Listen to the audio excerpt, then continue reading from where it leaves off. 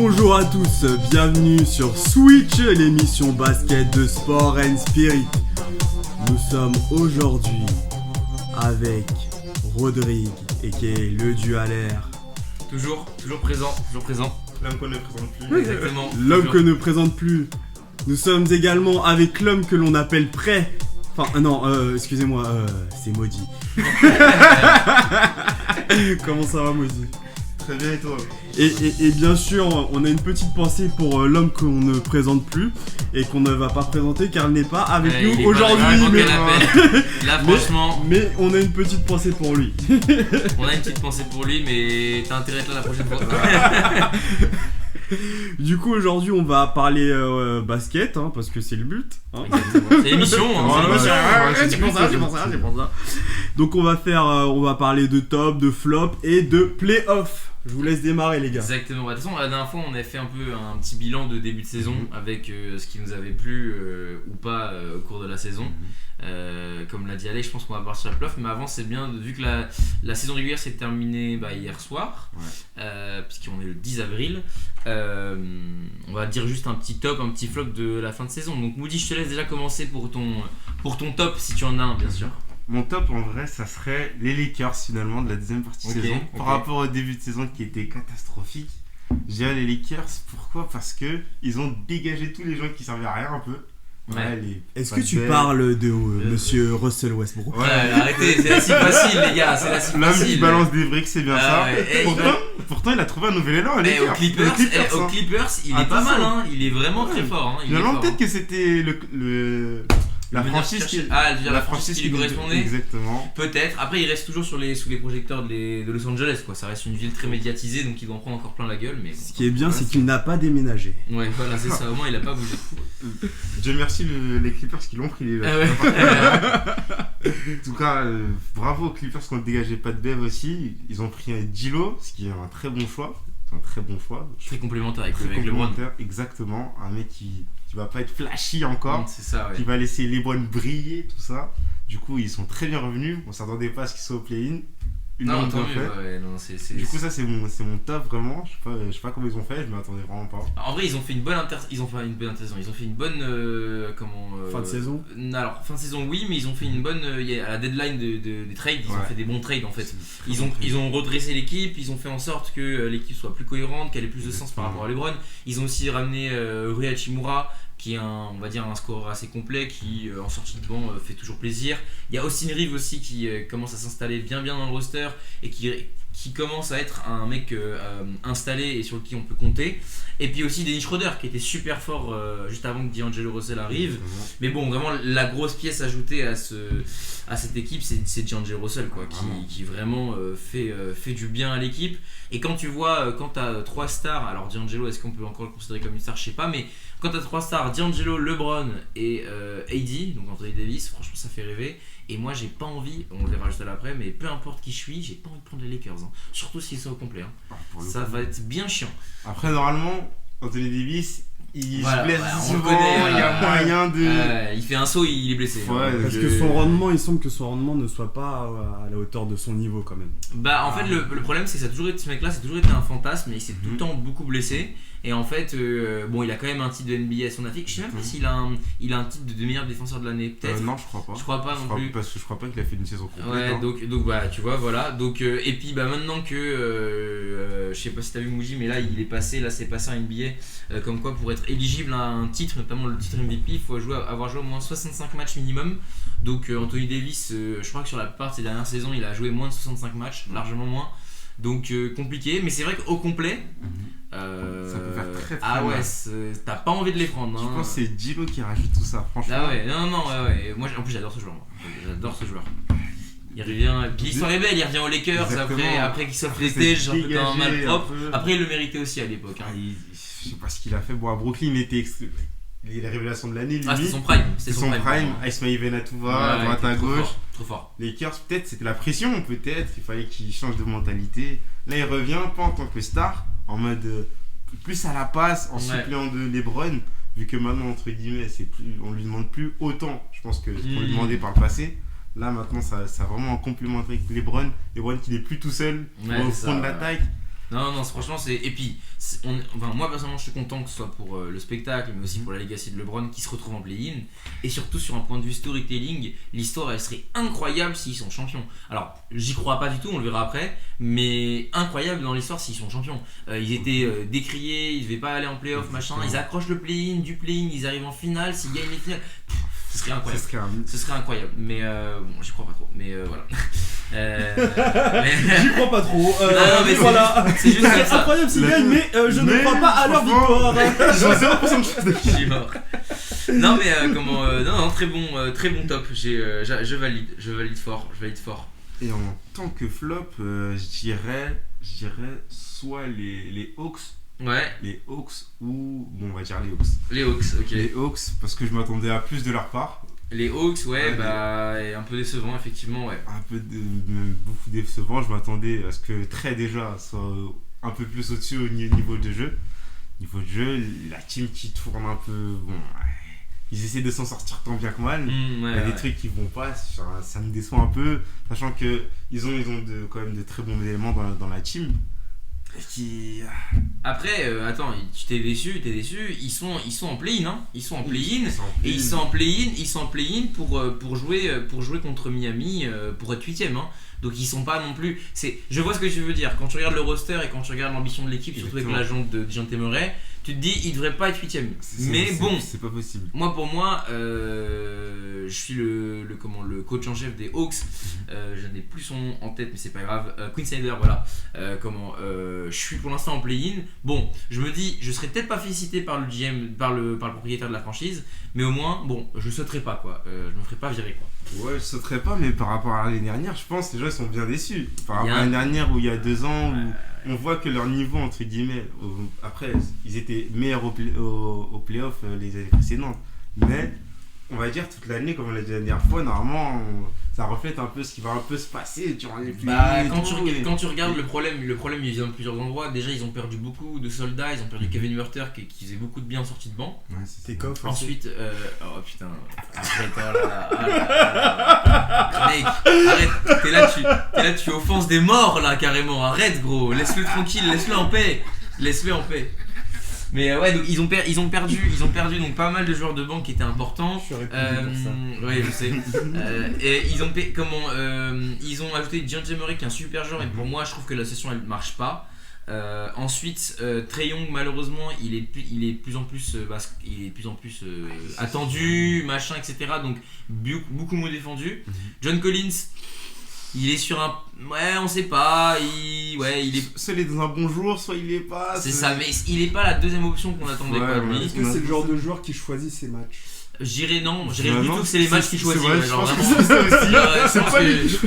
Je pense que lui il choisit pas. Je pense qu'il y a un jour sur deux, il a un petit miracle, une petite chance, il peut faire un bon match. C'est ça. Mais parce que tu vois, et puis en plus, on prend aussi, comment il s'appelle, le pivot.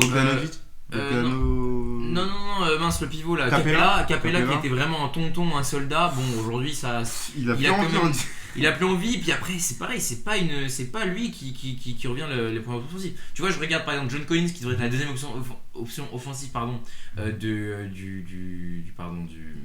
l'équipe. Il a joué 71 matchs, il a mis 13 points de moyenne, 1,2 passes et 6,5 rebonds.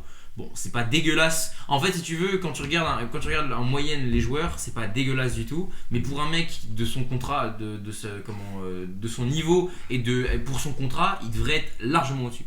Donc décevant, ouais, effectivement, ouais.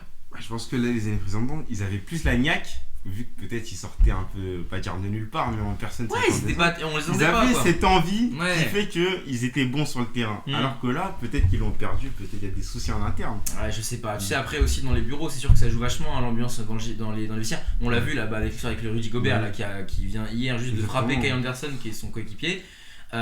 Pour des raisons relationnelles, voilà, apparemment il parlait mal et tout. Je pense qu'il exclut de toute la team, je pense. Personne lui parle. Mais donc du coup, je pense que c'est aussi ça qui est important, et peut-être que ça marche pas dans les locker rooms, quoi, dans le vestiaire. C'est sûr. Il n'y a pas de cohésion d'équipe. Peut-être. Mais en fait, c'est ça qui est bizarre, c'est qu'il n'y a pas de cohésion d'équipe, mais ils sont quand même allés en playoff. Ils ont éteint tout le Madison Square Garden. Enfin, c'est plus trop Trae Young qui éteint le Madison Square Garden, mais ils ont éteint New York. et ils ont failli passer face à Milwaukee, quoi, tu vois. Du coup, t'es en train un peu de dire que qu'il n'y a pas de cohésion d'équipe, mais que c'est un joueur qui tient l'équipe. Bah là pour l'instant oui, c'est Trae Young le patron. Mais moi tu vois par exemple aujourd'hui je suis pas sûr que Trae Young soit vraiment... Il a besoin de soldats autour de lui qui lui permettent de... Il est un peu trop jeune pour ça. Même pas, je sais pas si son style de jeu ou... Trae Young, très jeune. On sait que je pense les joueurs comme ça c'est une fois que... Non mais... Vas-y. Ah là là, c'est catastrophique. Blague sur blague, il enchaîne. C'est catastrophique. Vous me retrouverez au cirque Pinder. Yes. Du coup, vas-y, continue. Putain. Je pense que c'est le genre de joueur où une fois qu'il y a une tactique contre lui, voilà, il sait plus trop, il va plus savoir trop quoi faire. Genre un plan anti-lui. Exactement. Et ça, c'est tous les grands joueurs, ils ont des tactiques entre guillemets contre eux. Ça fait que là, il va jouer, il va avoir une petite tactique contre lui. Ça va être très compliqué, il va vite lâcher le ballon. Ce qui fait qu'après, par la suite, s'il y a personne qui suit autour de lui, ça va être extrêmement compliqué pour eux. Après, c'est aussi là qu'on voit les grands joueurs, dans le sens où il y a certains joueurs, même quand ils ont une tactique anti-eux, bah, ils arrivent quand même à trouver la solution pour s'en défaire et faire de belles performances. Sauf que le problème, c'est que tu mélanges ça plus au fait que là, cette saison, il a son pire pourcentage de shoot à 3 points que je suis en train de regarder. Alors, on parle de pire pourcentage de shoot à 3 points pour Trae Young, donc c'est-à-dire que c'est quand même un pourcentage qui est très correct.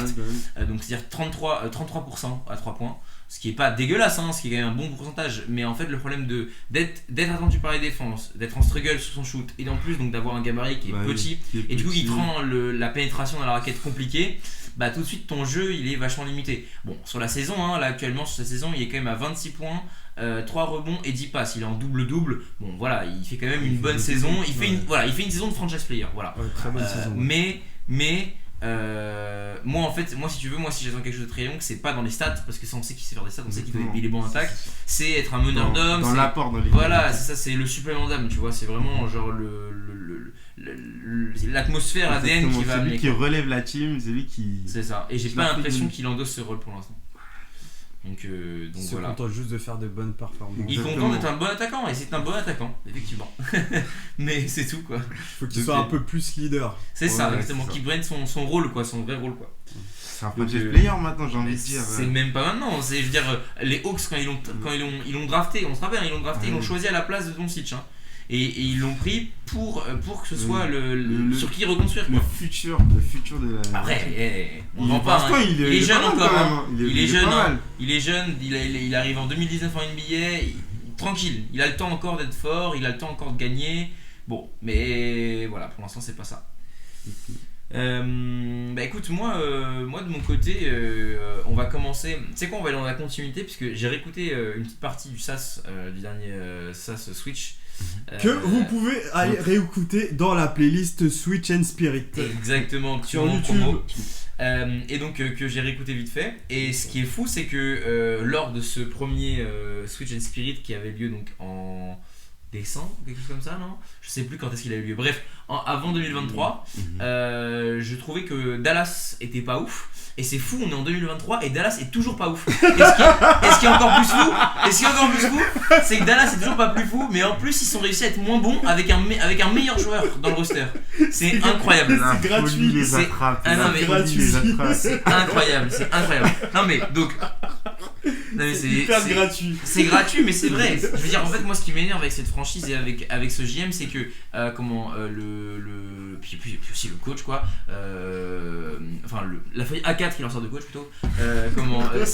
C'est qu'en fait, t'as une franchise avec un mec, c'est un talent intergénérationnel, ça peut être potentiellement peut-être le meilleur basketteur de toute l'histoire de la NBA, et tu lui mets une équipe mais qui n'est pas du tout construite pour l'aider. Il a pas de second couteau vraiment avéré jusqu'à que avant la fin des signatures des transferts, ils ont réussi à acquérir Kyrie Irving. Donc ça, gros trade quand même, t'as Kyrie qui vient. Mais moi j'étais super sceptique. Sur le fait que t'aies deux joueurs comme ça, deux croqueurs qui jouent. En plus, tu vois, Kyrie c'est un mec qui est assez, qui peut jouer en transition et tout. Dallas, tu vois, là je suis devant leur fiche, ils sont 28e sur 30 au pace. Hein. Donc pour expliquer pour ceux qui savent pas trop, le pace c'est en fait la rapidité de jeu.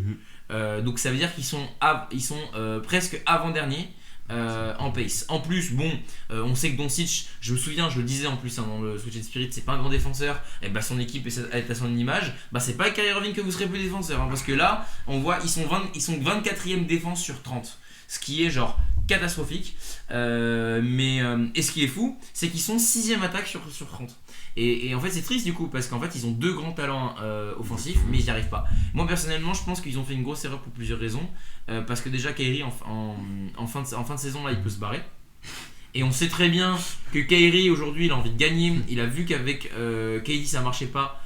Il a vu qu'avec d'autres joueurs, tout seul ça marchait pas. Là il a qu'une envie, c'est qu'il rêve de Los Angeles. Hein. Il rêve des Lakers. Il rêve de LeBron, d'aller le retrouver et de gagner avec lui.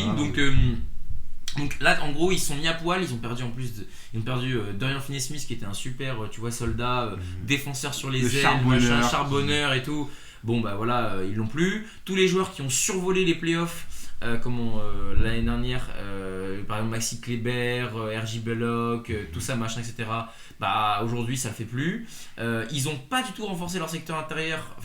Excusez-moi, autant pour moi, j'avais oublié Christian Wood, mais en même temps c'est pas très compliqué parce qu'il fait pas grand chose. Si genre je dois sortir clairement, de base c'est un mec que j'aime beaucoup, hein, mais Christian Wood je trouve que c'est un mec qui a un gros potentiel, mais le problème c'est que c'est un branleur quoi. C'est un branleur, il a pas de supplément d'âme, il la donne pas. Donc je trouve ça dommage. Tu vois par exemple. Après est-ce qu'on peut lui en vouloir vu que quand on va dire t'es dans une équipe, il y a deux mecs qui monopolisent tout en attaque ou partout sur le terrain et en défense limite ils vont même pas trop défendre vu que c'est pas ce qu'on leur demande, ils vont faire le semblant. Ils voient que entre guillemets il a rien pour lui. Il peut ne plus avoir la niaque comme avant entre guillemets. En vrai je suis d'accord avec toi parce que c'est compliqué de le blâmer direct comme ça, sachant qu'il doit pas souvent toucher le cuir quoi, comme on dit. Mais par contre je pense que là où on peut le tomber dessus, ça devrait être le leader défensif. Ça devrait être celui qui est là, qui peut te mener une défense, qui peut te galvaniser les gens pour être en défense et puis pour faire le sale boulot à l'intérieur quoi, et pour défendre.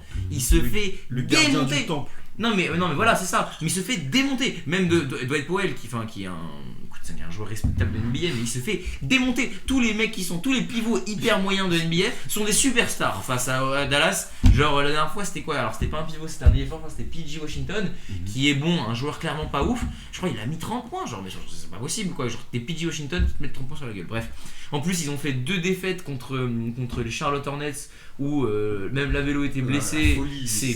C'est ridicule.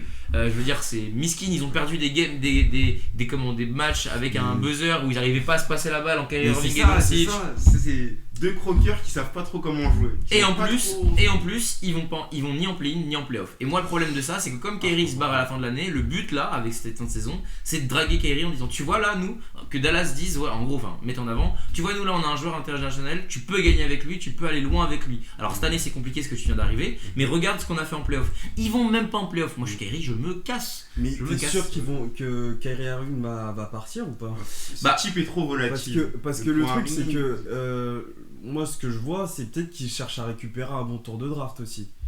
Et j'ai l'impression qu'il y a certaines équipes cette année, ils sont peut-être à la c'est comment dire, c'est à la course à la défaite. Exactement. À la course à la défaite pour récupérer un très bon tour de draft qui serait Victor Wembanyama, exactement. Le grand Wemby. Non mais alors moi, 2 choses pour lesquelles je pense qu'ils avaient aucun intérêt de perdre. Déjà parce qu'ils n'ont pas spécialement beaucoup de tours de draft. Donc très peu de chances de gagner, d'avoir Victor Wembanyama. Deuxièmement, encore une fois, tu peux pas avoir Doncic et dire frérot, on va tanker. Je veux dire, tu peux pas. C'est un mec, c'est tellement un talent, c'est tellement un mec incroyable. Il faut capitaliser sur ce mec-là. Il a pas de ça à faire. Mais en vrai de vrai, moi il est à Dallas, il s'y plaît. Mais moi je suis Doncic, je me pose la question, est-ce que je me casse ou pas? Puisque peu importe là où il ira, ça marchera et tout sera construit autour de lui. Et du coup, aujourd'hui, tu peux pas dire à Doncic, écoute, pour l'instant, ta carrière, tu te la mets un peu sur le côté. Nous, notre priorité, c'est de perdre. Bah non, tu peux pas. Et en plus de ça, moi, pourquoi je dirais que Kyrie, moi je pense qu'il va signer, parce que mine de rien quand même, Kyrie, les amis, il commence à être âgé. Hein. Il est pas. Quel âge il a 29. Ça va quand même, là, c'est 29, le prime des joueurs quand même. Hein, 29, il a quand même bon, ça va. 5, 6 ans. Ouais, alors oui. Alors attendez, 29, peut-être. Non, il a. Excusez-moi, 31 ans. Il a 31 ans, donc c'est quand même.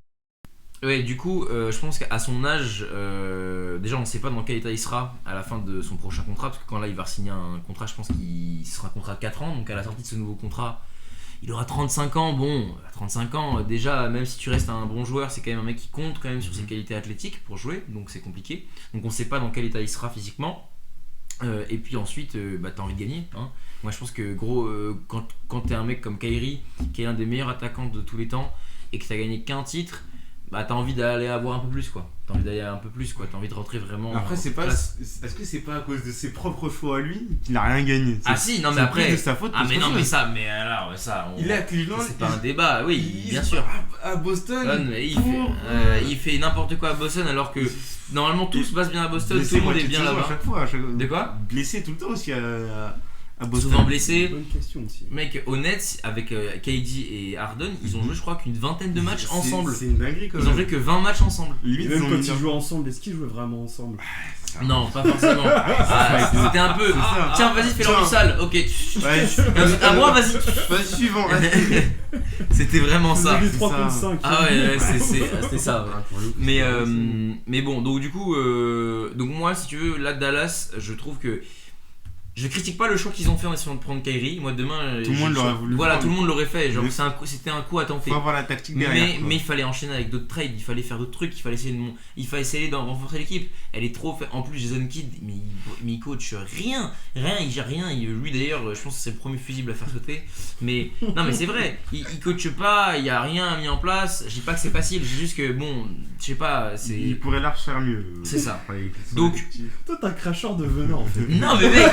Mais la dernière fois, il avait dit pareil. Mec, si j'ai le seum, c'est parce que j'aime Doncic, ça me fait chier pour lui. Doncic, il va avoir 23 ans, alors il est pas vieux du tout, hein. Il va finir comme mais je veux dire, il a 23 ans, il a encore largement le temps alors 24 pour être plus précis, hein. Il a encore largement le temps pour gagner, mais le temps passe vite. Et ensuite, en dehors de ça, je veux dire, comme tu l'as dit juste à juste titre, Victor Wembanyama arrive et on sait pas ce que ça veut dire. On sait pas si c'est un mec à la Jordan qui va régner pendant des années, tu vois. C'est un mec qui va tout écraser sur son chemin, peut-être, j'en sais rien, j'espère, parce que c'est un français.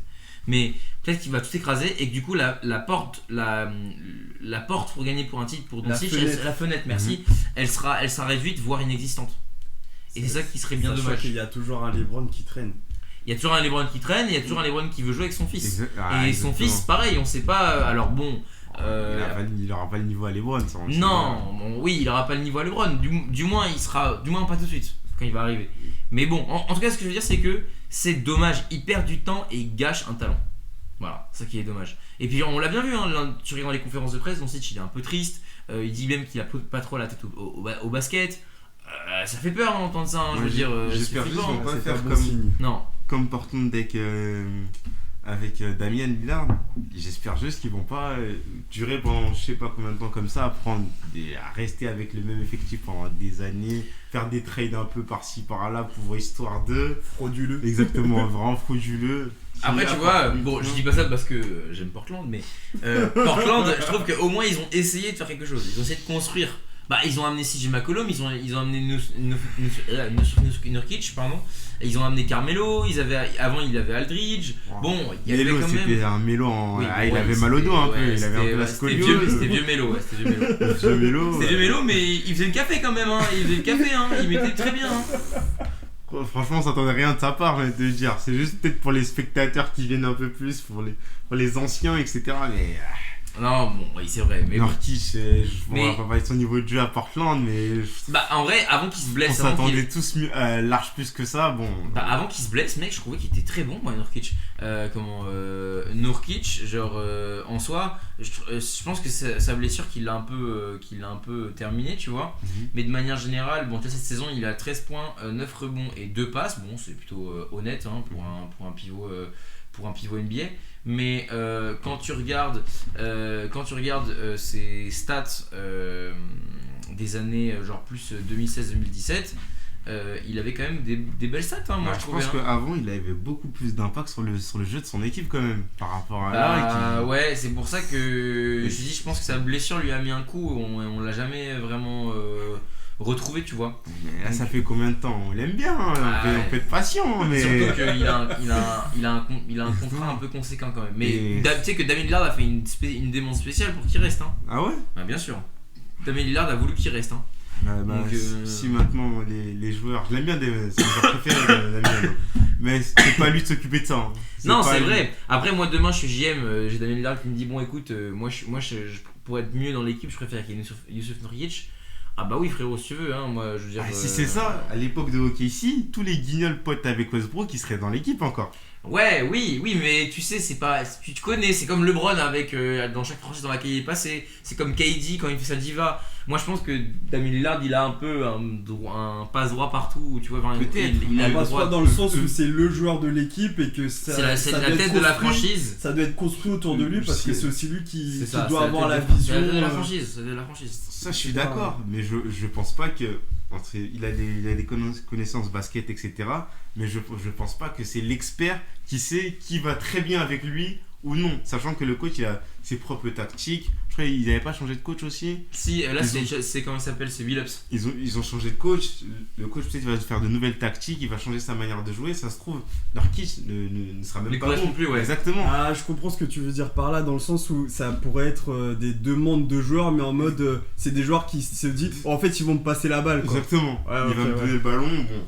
Moi ça me va très bien s'il fait ça. Ouais. Ça me va très bien. Mais bon, je pense qu'après, s'il ne veut pas de titre dans sa carrière, qu'il fasse comme ça. Ah ouais, c'est un sale. Ah oui. C'est mon joueur préféré. Non mais oui, bien sûr. Non mais moi aussi j'aime beaucoup. J'adore ce joueur. J'adore ce joueur. J'ai commencé à suivre Portland pour Damien Lillard. Mais bon bref, en tout cas, tout ça pour dire que de manière générale, parce qu'on a quand même pas mal dérivé, c'est Dallas. Je trouve ça très décevant. Je veux pas que ce soit pareil, voilà. Et j'espère que Dallas ne sera pas ne fera pas avec Doncic, mais moi je pense que Doncic il restera pas à Dallas, il serait comme ça.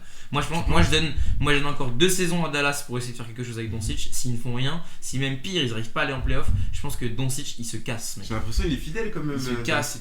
Ouais, mais au bout d'un moment je pense il n'y a pas beaucoup de Damien Lillard dans la ligue, il n'y en a pas 10 000, hein. Là il y en a un. Et puis en plus les autres qui sont restés pendant des années dans la franchise, c'est parce qu'ils ont gagné. Donc moi je pense que Doncic il a envie de gagner. Il a eu l'habitude, quand il est sorti d'Europe, il avait tout gagné, il gagnait tout le temps. Et là il fait que perdre. Et du coup je pense qu'il a vraiment envie de gagner ce truc-là, tu vois. Donc voilà. Bref, en tout cas ça c'était mon flop, donc Dallas, pour ne pas changer. Donc en gros sur l'année c'est flop quoi, c'est vraiment Dallas quoi jusqu'au bout. Et mon top pour le coup, alors c'est pas forcément une équipe incroyable, c'est pas forcément porté sur un joueur, c'est porté sur une équipe. C'est pas forcément une équipe incroyable, mais je trouve que quand même il faut mentionner le fait que c'est quand même une équipe qui s'en sort bien et qui retombe sur ses pattes. Et donc je parle des Nets parce qu'en fait les Nets, il faut pas oublier qu'ils avaient donc Harden, KD et Kyrie Irving dans leur rang. Et en l'espace de moins d'un an et demi, ils ont tège tout le monde.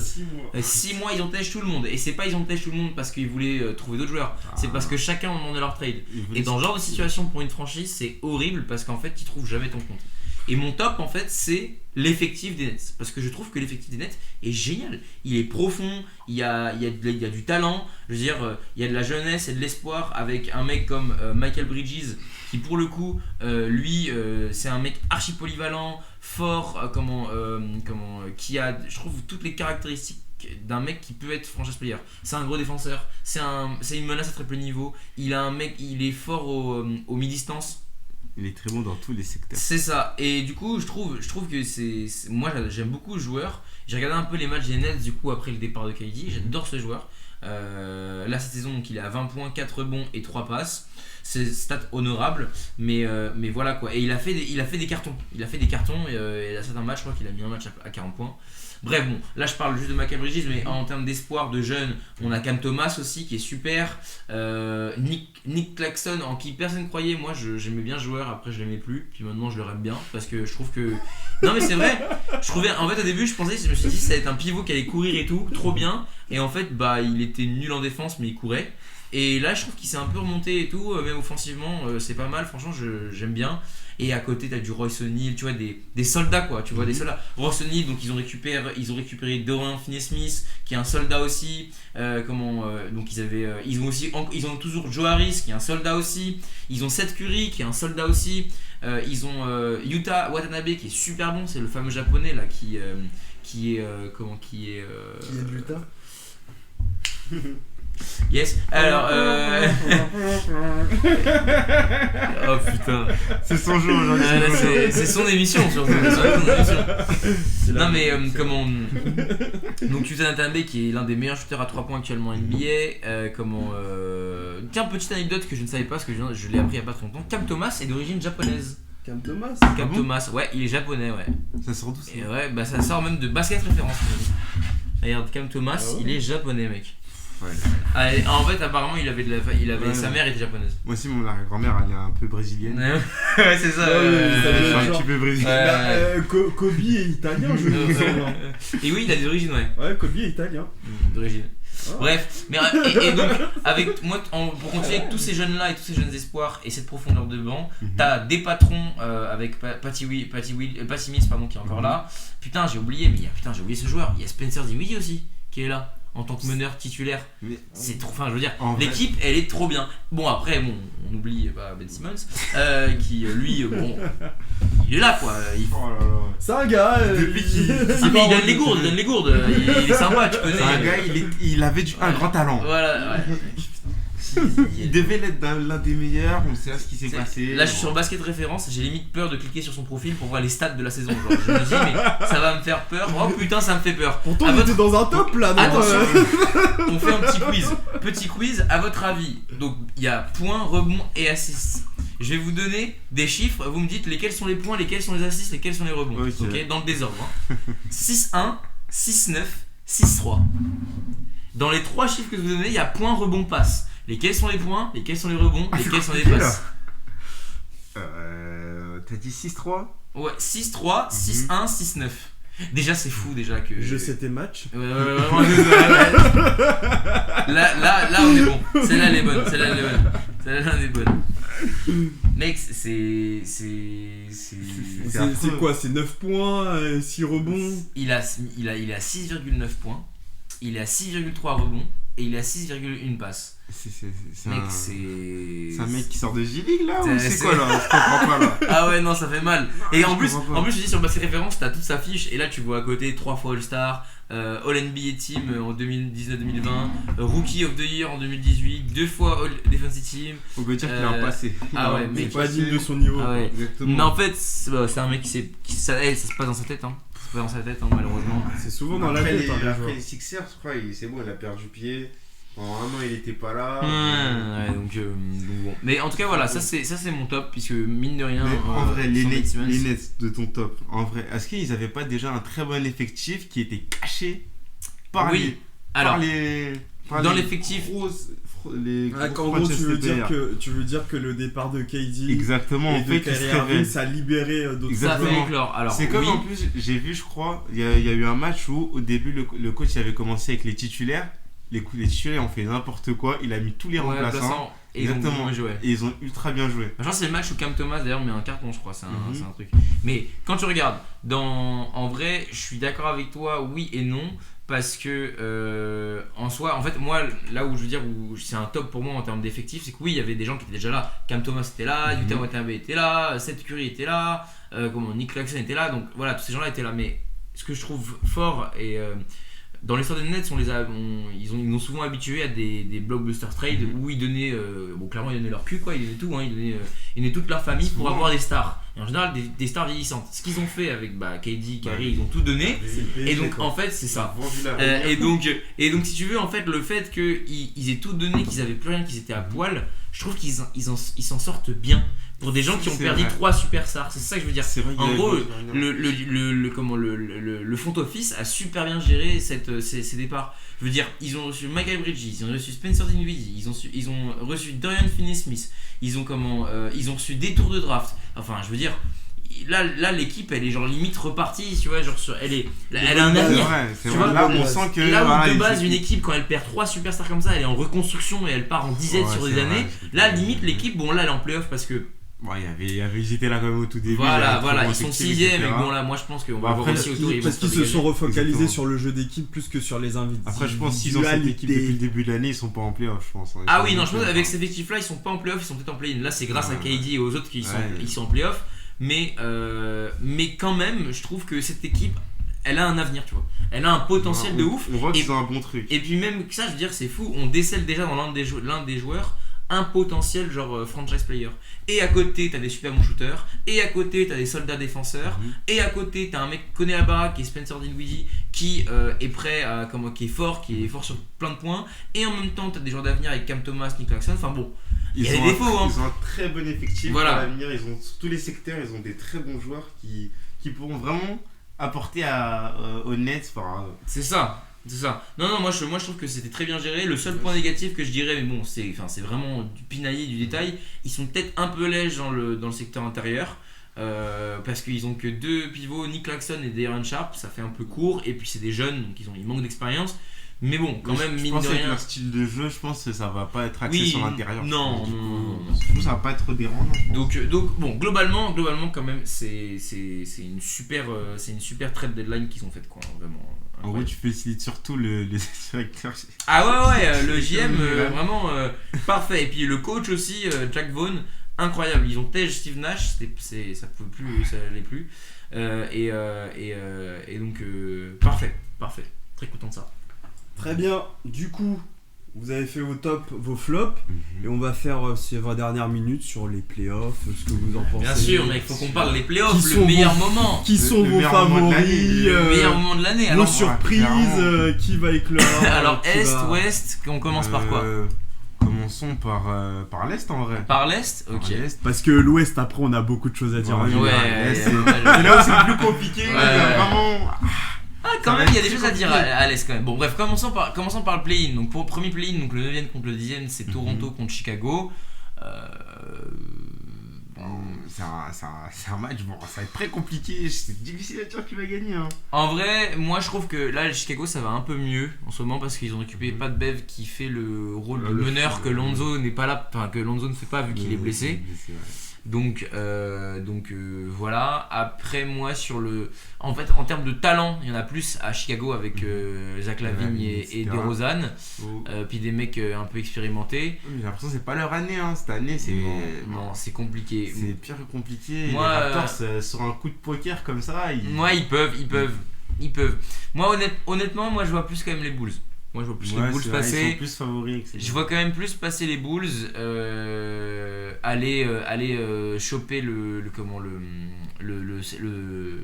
8ème spot. Le 8ème spot, bon après ils se mangeront d'autres joueurs pour le coup avec qui ça ne passera pas du tout, mais on verra ça après.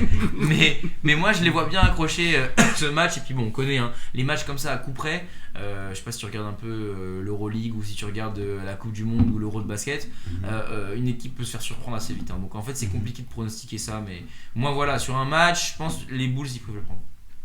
C'est bon. Moi j'irai sur les Bulls. Je me dis ça peut être moi je pense que ça peut marcher jusqu'à un match 7 parce que là alors il y a qu'un seul match pour les play-in. Il n'y en avait pas 2 à chaque fois je crois. Non, en gros là en fait tu vas avoir ici en fait celui qui va gagner, d'accord, il va être sélectionné 9ème entre guillemets, et il va affronter le perdant du 7ème et du 8ème, et donc celui qui sera vainqueur de ce deuxième match sera en 8ème slot.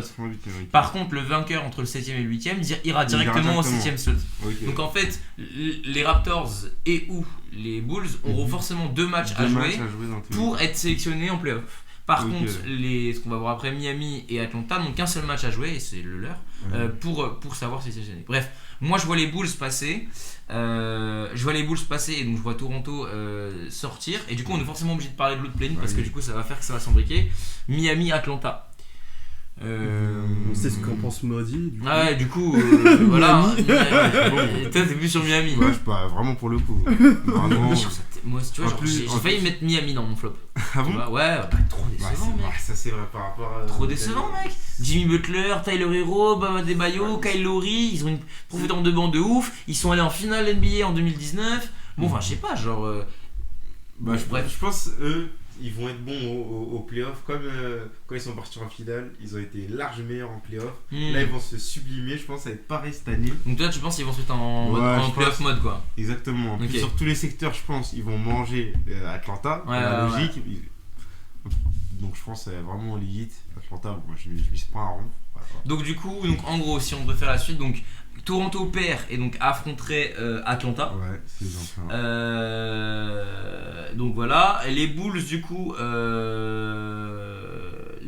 non pardon, Toronto serait éliminé direct, parce que moi j'ai n'importe quoi. Toronto serait éliminé, c'est les Bulls qui gagneraient, qui donc affronteraient Atlanta, puisque du coup Miami finirait 7ème. Donc du coup là, pour savoir qui serait 8ème, ça se passe entre les Hawks et les Bulls.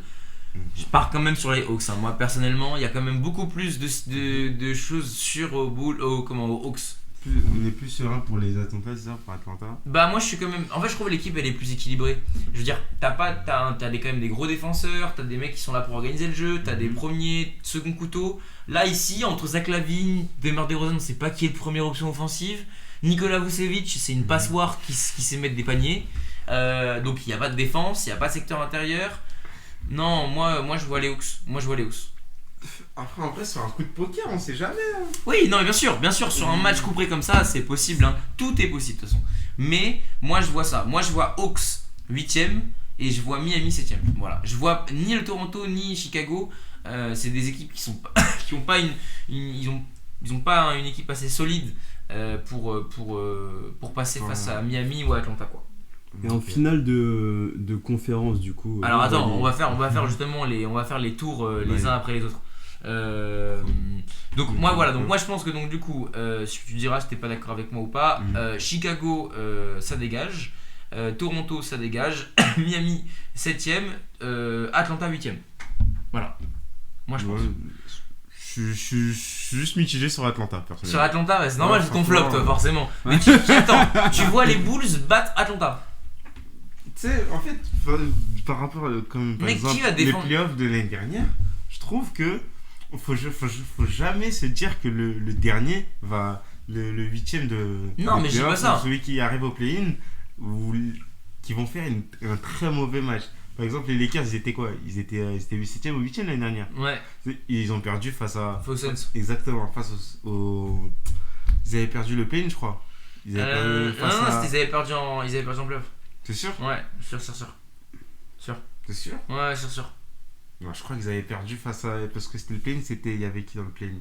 Il y avait Portland, je crois. Il y avait Minnesota. Ouais, il y avait.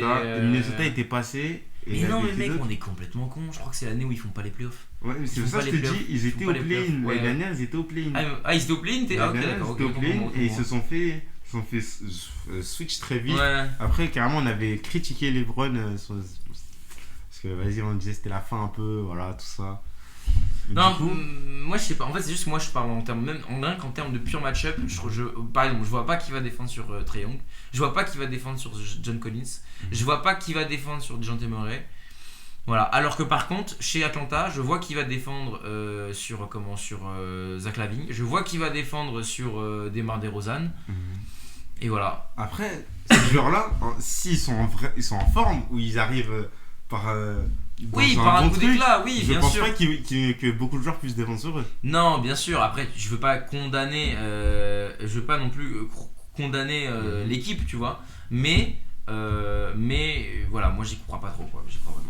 Donc du coup, ce qui ferait que on aurait donc un premier tour qui ferait Milwaukee-Atlanta, qui réitérait donc la fameuse époque, Cleveland-New York, Sixers-Nets et donc Boston-Miami. Bon, on va faire simple, hein. Milwaukee, Atlanta, Milwaukee tous les jours. Tous les jours, pour moi c'est les favoris number one. L'équipe elle est tellement rodée, ils se connaissent par cœur. Giannis il est trop fort. Si Middleton est là, c'est. Je crois qu'il sera là, je crois. Hein, il sera pas là. Hein. Bah normalement là il a eu une petite blessure, mais normalement. Ils aiment bien ne pas prendre de risques dans les trucs comme ça pour éviter qu'ils se reblessent derrière. Oui c'est vrai. Après là ils vont avoir des jours de repos vu qu'il y a les play-ins qui se jouent en attendant. Ouais c'est vrai. Donc voilà. Donc moi clairement face à Atlanta, moi je vois un 4-2 voire 4-1. Je vois pas un sweep, mais je vois un petit 4-1 facile quoi. 4-1 facile. Moi j'aurais limite un sweep aussi. Ah ouais, un sweep vraiment. Ça, en vrai, c'est pas déconnant. Quand ils s'y mettent au premier tour, ils sont toujours là pour foudroyer l'adversaire. Ouais, Giannis, il veut montrer que c'est lui cette année, c'est encore pour lui. Ouais, putain, je pense, il est trop fort. Ensuite, donc on a Cleveland contre New York. Putain, mec, moi j'adore ce tour. J'adore l'équipe de Cleveland et j'adore l'équipe de New York, ce qu'elle donne en ce moment. Donc c'est un tour qui va être compliqué à juger. Surtout Cleveland, moi j'aime bien Cleveland là. J'aime pas Cleveland aussi. Hein. Je trouve qu'ils ont une équipe tellement bien fournie, exactement, tellement complémentaire. Avec le bon trade de cette année de Donovan Mitchell, qui va bien. Moi je pense que ça va être une série. Moi je verrais presque même pas un match 7, mais moi je verrais en 6. En 6, un 4-2 quoi. Petit 4-2, et moi je verrais un 4-2 pour Cleveland. Cleveland, parce que plus de jeux collectifs. En fait, ils ont plus prouvé au cours de la saison quand même. C'est ça. Et puis je trouve que et ce qui est bien, c'est beau à voir chez les Knicks, mais les Knicks c'est un jeu très individualiste, basé sur du 1 contre 1. Et du coup en fait il suffit que tu sois pas trop dedans, et c'est compliqué quoi. Ouais, le jour où il y a un joueur qui est pas dedans, ça passe pas. Voilà, c'est ça. Et donc du coup j'ai peur que, alors que Cleveland, tu vois, eux aussi ils jouent sur l'individualité, hein. Donovan Mitchell c'est le hero ball par excellence, mais ils ont quand même une ADN d'équipe. Ils ont quand même un petit jeu quand même assez. C'est ça. Et puis attends, à l'intérieur, bonjour pour y rentrer, hein. Il y a 2 tours là, il y a Allen et Mobley. Oh là là, faut y aller, hein. Donc voilà, et puis sur les extérieurs, ils vont courir, ils vont aller vite. Donc en fait pour moi, Cleveland c'est New York mais en mieux. C'est genre vraiment c'est plus ou moins la même équipe mais en mieux quoi. C'est vraiment plus ou moins la même équipe en mieux, tu vois. Même si Julius Randle s'est relevé un peu, et R.J. Barrett est toujours bon. Brunson est super bon. Jalen Brunson est super bon. Je trouve que les Knicks ont fait une bonne saison quand même. Ils ont fait une bonne saison, une bonne équipe. Il y a moyen de faire de gratter des bons matchs comme ça. Et en plus sur des playoffs entre guillemets où ils peuvent se sublimer, montrer qu'ils ont de l'avenir, etc. Et ils peuvent faire un bon truc, je ramène jusqu'à un match 7. Ah ouais, match 7 pour toi? Il y a moyen, je pense qu'il y a moyen. Ok. Pourquoi pas un petit match 7 au Madison Square Garden, ça pourrait être stylé. Il est un peu équivalent en plus. Non, c'est... En fait, moi juste ce que je veux dire, c'est que je trouve que Cleveland a beaucoup plus de sécurité et d'assurance dans sa stratégie de jeu et dans ses joueurs. Voilà. Je suis d'accord avec toi. Ce que tu veux dire, c'est que pour Cleveland, les jours où il y a un joueur qui est pas dedans, le reste de l'équipe. C'est ça. Ouais, ils peuvent comprendre. Ça, c'est important. Alors que les Knicks, je sais pas, tu vois. Et puis, même si Julius Randle il s'est un peu remis à l'endroit, j'aime pas ce joueur. Non mais il serait là, je dirais Julius, j'ai pas le quart de ton niveau. Mais je t'aime pas, frère. Frérot, j'aime pas ton style de jeu. Je t'aime pas. Rodrigue l'artillerie. Ah mon gars, moi je ferais mal au States. Non mais donc bon voilà. Donc moi pareil, Cleveland aussi, mais moi je ferais peut-être plus un 4-2 quand même. 4-2. Ensuite tour suivant, on est donc sur Sixers Nets. Bon Sixers tous les jours. De toute façon les Nets. Déjà les Nets c'est déjà fou qu'ils soient là pour leur effectif donc. Embiid, il aura pas le titre MVP, mais il veut avoir son titre. Il est en vendetta. Là, il en a marre que Jokic lui vole ses titres des années. Là, c'est... Là, il veut abattre tout le monde. Il est en mode, je vais prouver que je suis le meilleur. Et là, je vais abattre. Peu importe qui vient devant moi, je vais tout lui faire.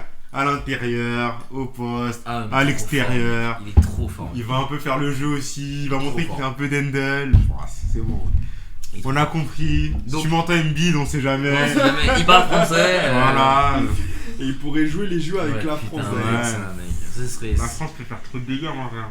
Mec, t'imagines, on sort un peu des playoffs, mais t'alignes un 5, Nando De Colo en 1, Evan Fournier en 2, Victor Wembanyama en 3, Embiid en 4, Rudy Gobert en 5. Mais mec, personne ne passe, gros.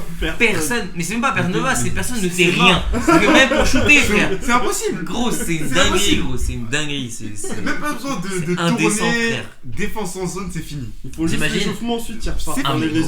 Dans sur le 5 départ, t'aurais 3 joueurs à plus de 2m10. C'est fou. Incroyable. Donc Bref, donc bon, en tout cas, pour revenir là-dessus, moi je pense Sixers, il y a un bon 4-1, voire un sweep. Hein. Ouais, ça va dérouler très vite. Ça va être tranquillou, quoi, moi je pense. Hein. Harden, il est beaucoup à la passe en plus là. Ouais. Je le préfère maintenant, Harden, moi. Il est très bien ultra scoreur, mais je trouve que maintenant j'aime bien. Il fait encore des gros cartons, mais il a cette âme de passeur, quoi. Bah, je pense en vrai que si il redevient scoreur, ça va pas trop aller vu que il y a Embiid qui veut prouver, lui qui veut prouver, les deux en même temps. Non, c'est sûr. Donc c'est mieux, je pense, pour la team qu'il est à la passe parce qu'il a toujours été un très bon passeur. Et vu qu'on connaît l'arme offensive qu'il est, il crée encore plus d'espace pour Embiid. Et puis attends, à côté il y a Maxey qui est capable de mettre des gros cartons aussi. Exactement. Donc non. Etc. Ils ont une très bonne équipe, très bien construite. Ouais, non, c'est.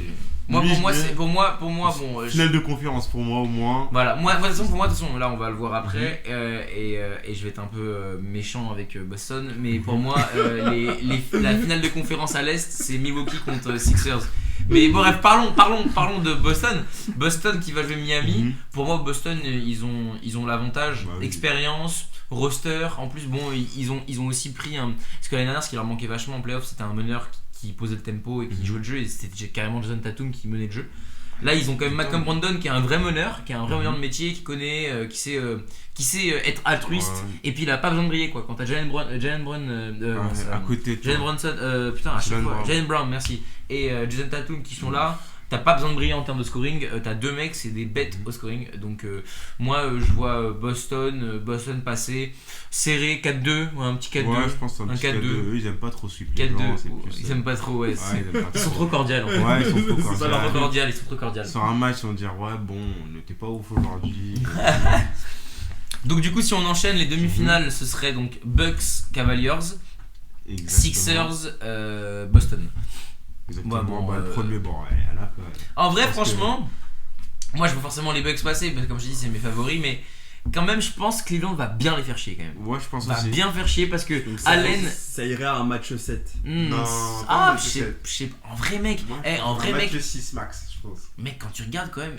Ils ont quand même de la viande à envoyer sur Giannis quand même. Hein. Ils ont Allen qui est une tige et qui est super mobile, et ils ont Evan Mobley qui est aussi super mobile. C'est vrai, même s'ils sont mobiles, etc. Non mais ça reste Giannis. Giannis quand il s'y met, c'est pour ça que je dis ils sont obligés de défendre limite à 3 dessus. Bien sûr. Non mais et c'est là, comme en plus à l'extérieur, ils ont les armes pour tirer. Oui, c'est vrai. Non mais après tu vois, moi quand ce genre de joueurs comme Giannis ou comme Doncic ou comme LeBron, tu les stoppes pas. T'as pas un mec, t'as pas de Giannis stopper. En fait, juste tu les limites. C'est tout. Exactement. Tu les déranges quoi. Tu l'embêtouilles quoi. Exactement. Tu l'embêtouilles. Donc si tu veux, mais juste moi en fait ce que je vois là où Cleveland peut vraiment les faire chier, et donc pour moi au moins un crochet de 2 matchs, c'est qu'ils ont de la viande envoyée sur Giannis quoi. Ouais. Et puis attends, à tout moment Donovan il prend un coup de chaud mon pote, il te met 71 points et il finit le game, tu vois. Et bon, je lui serais pas trop face au Milwaukee, 71 points. En vrai moi tu vois, il pourrait mettre son 35 points, 40 points à la limite. Mais quand Giannis s'y met défensivement, il incite tout le monde à défendre comme des malades. Ah bah attends, en plus ils ont que des défenseurs. En plus, je roule l'idée. Ils sont tous pour ça. C'est un défenseur de malade. Il va se mettre sur Donovan Mitchell. Ça va être. Il a la dalle, je roule. Ça va être compliqué. Hein. C'est trop fort. Donc je pense quand ils s'y mettent les Milwaukee, en vrai, ils sont trop forts, mec. Pour moi, c'est la Après, c'est pour ça que je te dis, à moins ils se prennent un match 6, etc. Parce qu'ils ont des très bonnes armes offensives. S'ils déroulent bien, après, ils peuvent gratter 2 matchs. Mais du coup, tu dirais un match 6 qui est serré, mais qui a un match 6 qui se transforme en fait, c'est soit un 3-3, soit un 4-2. Ouais, je suis parti pour ça. Je suis parti pour ça. En plus, en vrai, ça sera serré sur les matchs, mais à chaque fois, ils gagneront Milwaukee. Exactement, c'est toujours ça, Milwaukee, j'ai l'impression. Serré pour notre truc, c'est un match chaud, mais au final, ils savent y faire. À la fin des matchs, ils ont toujours les joueurs qui vont mettre leurs points et qui vont éteindre tout ça. Mais donc ouais, moi je vois aussi les Bucks passer. Ensuite, comme je dis tout à l'heure, Sixers, Boston. Moi je pense que Boston, ils ont raté leur case, mec. Ils ont raté le coche l'année dernière. L'année dernière, ils pouvaient totalement. Enfin, je dis pas qu'ils auraient pu, mais ils pouvaient prendre. Ils auraient pu prendre cette bague, et ils l'ont pas fait. Et moi, cette année, je trouve qu'ils sont un peu plus en struggle cette année. à l'art fort des vieux, donc ça va être difficile de défendre sur Embiid. En fait, c'est encore, tu vois, moi quand je vois deux équipes, à chaque fois, je fais ok, quelle est la superstar, ok, quelle est l'équipe d'en face, elle a quoi pour défendre dessus. Moi demain, je suis les Sixers, j'ai au moins 3 joueurs à sortir qui peuvent défendre sur Jaylen Brown et sur Jason Tatum. Au Boston, je peux t'en citer un qui peut défendre sur Joel Embiid, c'est tout. Il n'y a pas grand monde qui peut défendre sur Joel Embiid à Boston, hein. Ça va être compliqué, hein. C'est vrai, ça je suis d'accord avec toi. C'est pour ça, hein. Et Moi, sur Harden.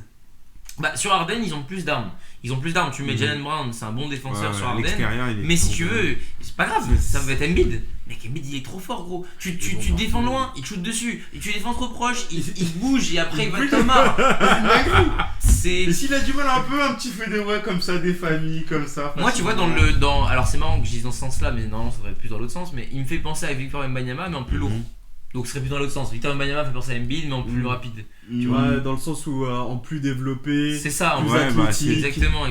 plus puissant. Voilà, il a un shoot à 3 points qui est fiable. Il a un shoot à mi-distance qui est pas fiable, c'est létal, genre vraiment. Et puis bon, trop dominant à la raquette, quoi. Donc moi je trouve que ça va être compliqué pour Boston d'arrêter les Sixers. Et du coup c'est pour ça que moi je vois en finale de conférence Bucks Sixers. Oui, vas-y. Mais en vrai, je pense, c'est parce que maintenant on connaît toutes les armes de Boston. Donc on sait leur meilleur niveau, on sait qu'est-ce qu'ils peuvent faire, qu'est-ce qu'ils ne peuvent pas faire. Ouais. Par rapport aux années précédentes où c'était un peu plus la surprise. Exactement. On va dire, on savait qu'ils avaient des bons joueurs, mais on s'attendait pas qu'ils puissent être aussi bons, un bon effectif, soit défensivement ou offensivement. Bah oui, après bon, quand même on connaissait qui était quand même Jason Tatum quand même, on savait qui était Jaylen Brown, mais c'est vrai que en fait il y a toujours eu des doutes sur cette équipe parce qu'on s'est toujours demandé est-ce que deux joueurs comme ça aussi forts offensivement, est-ce qu'ils peuvent jouer ensemble, est-ce que c'est compatible, et apparemment oui, mais je sais pas en fait, je vois Embiid trop fort mec, Embiid il est trop fort. Et donc là on vous écoutez, ça sera les Sixers et les Bucks en finale. Mais toi tu dis que les Sixers sont très très forts, toi tu dis que les Bucks sont très très forts, qui gagne? Alors là pour la conférence est-ce qu'il sera en finale NBA? Ah là mec je sais pas quoi dire mec. Là c'est chaud. Là c'est chaud. Deux équipes là, franchement où leurs stars ils sont mec c'est franchement moi tu sais quoi, je serais devant ma télé, Yallah et puis du basket et c'est tout frère. Genre là vraiment t'as deux joueurs qui sont trop forts, et deux équipes qui sont bien construites, qui sont rodées, qui ont leur stratégie de jeu. Même si je pense que quand même si Milwaukee a une petite avance sur les Sixers, c'est l'expérience. Ils sont champions en titre et puis ils sont pas champions en titre mais ils sont champions et puis donc ils ont l'expérience du collectif, ce qu'a peut-être moins les Sixers, mais bon c'est pas non plus une grosse différence. Mais là pour le coup je sais pas quoi dire mec, genre je pense moi il faut pas oublier aussi que les blessures peuvent aussi vachement changer la donne au cours du tour. S'il y a des blessures, machin, ça peut changer. Embiid peut se blesser quand même. Giannis aussi. Si, on se souvient, il y a des playoffs, une campagne de playoffs. Giannis s'est blessé. Donc c'est là où d'ailleurs, c'est d'ailleurs là où on a compris que Middleton n'était pas juste qu'un second. Il a prouvé que t'inquiète pas mon pote. Il a montré qui c'était. Donc si tu veux, je pense que ça va être un très gros match, un gros duel entre Embiid. Je pense que Embiid et Giannis vont défendre l'un contre l'autre, ça va être une dinguerie. Non mais vraiment ça va être des très belles, ça va être très beau match. Je pense que ça va être très beau match. S'ils sont au complet, ça va être très sympa. Mais je sais pas quoi dire mec. Ce qui va faire la différence, c'est les joueurs à l'extérieur, je pense. Dans ces matchs-là. Ouais, peut-être. Allez, mouillez-vous. Non mais non. Allez-y. Mouillez-vous les gars. Je dirais Milwaukee va gagner parce que Harden, quand il est pas dans son jour, quand il peut pas trop shooter, je relidais quand il défend bien, il va lockdown et ce sera fini pour Harden. Ouais, non c'est vrai. Il se tâte, il sait pas quoi dire. C'est vrai. Non mais en fait je sais pas. En fait le problème c'est que je sais pas pourquoi j'essaie de trouver un contre-argument à cette situation là. Et le seul truc qui me vient en tête c'est Embiid trop fort. C'est pas une justification mais en fait je sais pas pourquoi j'arrive pas à voir ce mec là perdre. Là je le vois pas, il est trop fort. Je le vois pas. C'est sûr il va mettre ses points lui tout seul. Ouais il est trop mature dans son jeu tu vois. C'est sûr il va mettre des points, c'est obligé. Giannis c'est obligé va mettre des points aussi. Mais ce qui n'est pas sûr, c'est que c'est Harden. Harden, c'est. Et Giroud qui ne score pas assez. Mais Giroud, on connaît ses derniers temps. Faut voir les fins de match qu'il fait. Il reste 3 secondes, tu sors un shoot sorti de nulle part. Il est trop fort. Harden, comme il est plus à la passe, peut-être il pourra le faire. Hein. Il a les capacités pour. Mais c'est beaucoup moins son jeu ces derniers temps. Non, c'est vrai. Et puis après, en plus, comment je trouve que Milwaukee a déjà prouvé qu'ils peuvent y arriver sans la présence de Giannis, même si bon, c'est pas facile, mais ils peuvent y arriver. C'est vrai que par contre, si Harden ne marche pas et que Embiid est bien défendu, c'est vrai qu'après, je vois pas d'où ça pourrait venir chez les Sixers. Tous mes respects à Joe Harris et tout le reste du roster et Maxey. Mais voilà, alors que tu vois là, ils ont Jrue Holiday à côté, ils ont aussi Chris Middleton, ils ont Bobby Portis qui est un bon role player, Brook Lopez qui joue aussi qui est pas mal. Voilà. Il est trop homogène, ils l'ont vraiment bien ficelé sur des années. Bon, après Philadelphie, ils ont une très bonne équipe et tout, mais moins rodés que. Ils ont moins d'expérience. Exactement. Bon, bref, comme a dit Alex, mouille-toi, c'est quoi ton pronostic? C'est mouillé, c'est tout qu'on attend. C'est temps. T'as pas donné. Bah si. Non, mais il a pas dit en combien de matchs? En combien de matchs? Bah ouais. Match 7. Match 7. Ouais, match 7.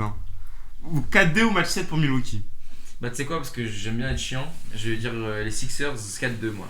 4-2 Par où? Non, mais par où? Dis-moi par où? Je prends le pari.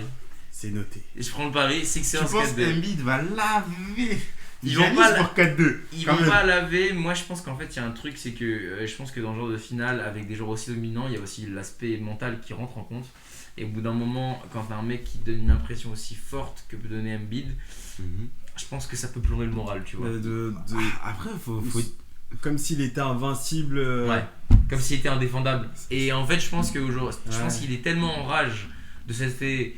Il s'est fait expulser, enfin il s'est fait niquer par Kawhi. Bref, ça fait longtemps qu'Embiid il a la recherche de cette bague. Là, c'est son année. Il a une équipe qui est bien montée, avec une autre star à côté de lui, avec qui ça marche. Son jeu est arrivé au top de la maturité. Il est top 2 classement MVP. Et en plus, je pense qu'il a bien les boules de penser qu'il va pas avoir le MVP. Donc je pense que ça va le motiver pour essayer de gagner, quoi. Ouais, mais à Milwaukee, faut dire que Giannis, ça c'est comme chaque année, il est monstrueux. C'est comme dans le foot les années avec Messi, Ronaldo. Ils font ça tellement souvent que c'est banal. On banalise. On banalise ça. C'est vrai. Ça fait que ce joueur roule sur tout le monde depuis des années, c'est devenu normal.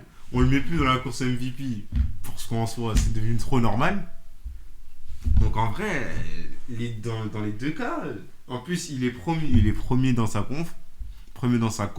Niveau mental, il a ses poteaux. Je pense qu'il est poteau avec toute la team. Ils vont se faire des brunchs à droite, à gauche.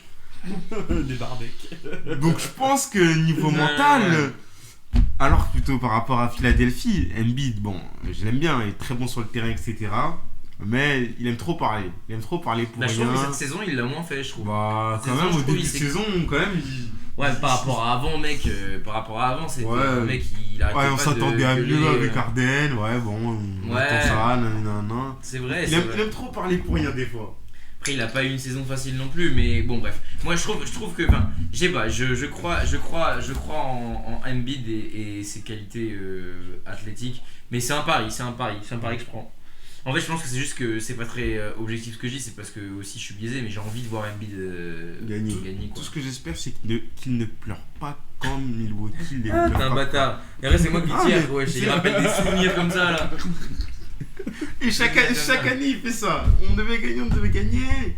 Ouais, il se prend les shoots sur sa tête. C'est pour ça que je te dis, peut-être je pense qu'il va arriver, il aura la dalle. Il veut plus vivre ça. Même s'il a la dalle, le bon exemple c'est contre Kawhi. Quand il était en vendetta, Kawhi, il voulait tout gagner. C'est Embiid qui défendait sur lui. Ouais, après mec, franchement, moi je trouve que le shoot de Kawhi c'est tellement un moment particulier, je veux dire, c'est tellement tu peux le tir il est tellement comme tu veux, c'est hyper dur de le mais en fait si tu veux, il est dur à défendre, mais il est aussi tellement incroyable qu'en fait je veux même pas Embiid, tu vois. Il est tellement fou, le mec il le prend sur une jambe en fin de course, machin, truc, le ballon il rebondit 5000 fois sur l'arceau et il retombe dedans. Faut voir il le conteste à 1000%. Donc voilà, donc non, je pense que moi je dirais Milwaukee. OK, pas de souci. On passe sur l'ouest du coup. Ouais, on passe à l'ouest. On passe à l'ouest. Alors, compliqué. on passe par le play-in. Donc 9ème, donc c'est Minnesota. 10ème OKC. Bon, déjà pour commencer par là, moi je vois, ironiquement, je vois OKC passer, mec. C'est plausible. Sur un malentendu, je trouve que moi, pour l'instant, ça marche pas. Je trouve leur agencement de Rudy Gobert et Karl Anthony Towns, ça me fait très mal au cœur de voir Rudy Gobert là-bas. Je trouve qu'il est pas du tout, il est pas du tout à sa place. Je trouve qu'ils ont voulu créer un truc qui me plaît pas du tout. Moi j'aime pas, mais après voilà. Mais je trouve que c'est mort. Moi je trouve que c'est pas un truc. Ils veulent pas trop jouer avec lui. Bon, Edward il croque un peu beaucoup comme d'hab quoi. Après c'est le visage de la franchise. Exactement, c'est le visage littéral. En gros, j'ai l'impression Rudy, il est là en mode prends les rebonds, tu l'envoies à Edwards ou les Anderson qui veulent un peu prouver, monter un peu en grade. Exactement, en grade. Bon. Moi je pense qu'il pourrait mieux jouer avec Embiid. Alors qu'il est plus que ça quoi. Exactement. Lui je pense qu'il en a un peu marre de partout où il va. Il est pris comme un chien limite. Bon après il prend son billet, il se prend vraiment son billet. Après je pense le gars qui est là pour prendre les rebonds est fin quoi. Ouais, mais après c'est son profil de défenseur aussi. Je veux dire c'est pas faut pas non plus. Moi je vois tout le monde qui dit oui Rudy Gobert il faudrait plus. Ouais ok mais Rudy Gobert je suis d'accord avec vous, il peut avoir des qualités offensives mais bon c'est pas Hakeem Olajuwon quoi. C'est pas tu vas pas lui filer la balle post bas et dire vas-y mon grand let's go. Non dans la transition. Pourquoi pas sur du pick and roll peut-être un peu plus le chercher, ok mais c'est pas un mec, pour moi c'est un mec défensif, c'est pour ça qu'on le prend. Mais là où je trouve que ça marche pas, c'est qu'enfin, je sais pas, moi je trouve que ça marche pas et je verrais bien OKC parce que Shai est trop fort, parce qu'ils ont une équipe de jeunes qui est super prometteuse et qui a une bonne dynamique, donc moi je dirais OKC je pense. OKC qui passerait face à Minnesota. Ouais, je suis d'accord avec toi, mais j'aime bien. Je me dis que même si ils font une très bonne saison, c'est un grand mot. De qui OKC, je me dis bon, ils ont pas trop l'habitude de tout ça. C'est nouveau, c'est nouveau pour eux. De 6-7 matchs, un match plutôt, un ou deux matchs où c'est vraiment important. Là, ils ont pas le droit de se louper. La pression est forte quand même. La pression est forte. Non, justement, je trouve que la pression est moins forte chez OKC parce qu'eux ils se disent nous on est jeunes, nous c'est notre première expérience, on n'a rien à perdre, c'est déjà bien d'y être. Alors que Minnesota, on a fait des trades, on a investi sur un projet particulier, il faut des résultats. Et moi je trouve que justement la pression chez Minnesota peut faire plus basculer le stress. Et le stress du côté de Minnesota quoi. Alors qu'au OKC ils ont rien à perdre, ils perdent, bon bah écoute pas de soucis, c'était dans les clous, de toute façon on attend que Shuttlegram revienne et ensuite ils gagnent, tant mieux, on a fait un upset, on a déjoué la chronique, parfait, on continue tu vois. Tu penses que le fait que Minnesota et la pression joue la peur au ventre, en fait ça peut jouer contre eux quoi. C'est ça. Moi je pense ça peut aussi se passer à l'inverse en vrai Ils se disent tellement on a rien à perdre. Bon, Minnesota, ils se disent on a beaucoup de pression. En vrai, au final, ils arrivent. Peut-être qu'ils vont répondre présent. Exactement. Peut-être qu'ils vont répondre présent. Écoute, bon.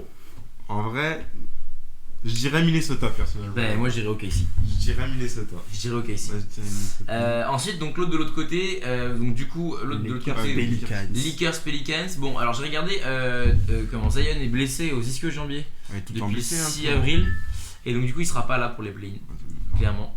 Je pense que ça me choque même pas. Donc pour moi, Lakers tout de suite. LeBron il va pas laisser passer sa chance, va falloir le voir tout de suite. Il est dans la course au GOAT là, il veut montrer que c'est lui le. Mec, s'il gagne encore. Je dis, s'il gagne en partant du play-in, c'est fou. Mais s'il gagne, il tombe face à une autre équipe, ça me fait bien chier qu'il tombe face à cette autre équipe. On verra après. Du coup, ça veut dire qu'en gros, les Pelicans seraient donc face soit à OKC, soit à Minnesota. Pour les coups, dans les deux cas, mec, je vois pas Pelicans passer quoi. En fait, en vrai, Ingram, il est en ce moment, depuis son retour de blessure, etc. Il est pas trop mal. Il est plus que pas trop mal. Mais je trouve il a pas, tu vois, pareil, il a pas ce supplément d'âme pour emmener, tu vois, une équipe. En vrai, pour peut-être. Mais je pense qu'il y a moyen de faire quelque chose quand même parce que en soi, ils ont CJ, il fait en soi. Oui, CJ aussi. Il est bon dans son rôle. Il joue très très bien quand il a le ballon. En soi, il est très bon, Ingram, qui peut en rentrer, tirer à l'extérieur. Lui, pour le coup, on le connaît, il sait tout faire. Ouais, mais tu vois, c'est pas un meneur d'homme. Et c'est pas McCollum qui va le faire non plus. c'est vrai. Mais là, dans ces matchs-là, il n'y a pas besoin encore de meneur d'homme. C'est plus pour les matchs d'après qu'il faut vraiment vraiment un ça meneur finit d'homme. sur un. C'était fin de fin de quatrième quart-temps, il y a 3 points d'écart, il te reste 2 minutes. Faut quelqu'un qui garde les troupes, tu vois, et qui puisse dire c'est moi la première option, c'est sur moi qu'il faut compter, Là, c'est plus passez-moi CJ. les ballons, tu vois. Sur les trucs comme ça, c'est plus CJ sur un match.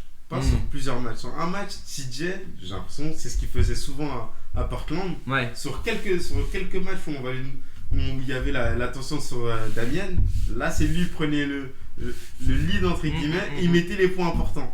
Et là, même là au début de saison ou même là pour le courant de la saison, c'est plus ce qui se passait quand les matchs étaient serrés. CJ prenait le ballon, il mettait les très bons shoots et au final, là sur un match ça peut très bien se passer. Hein. C'est vrai.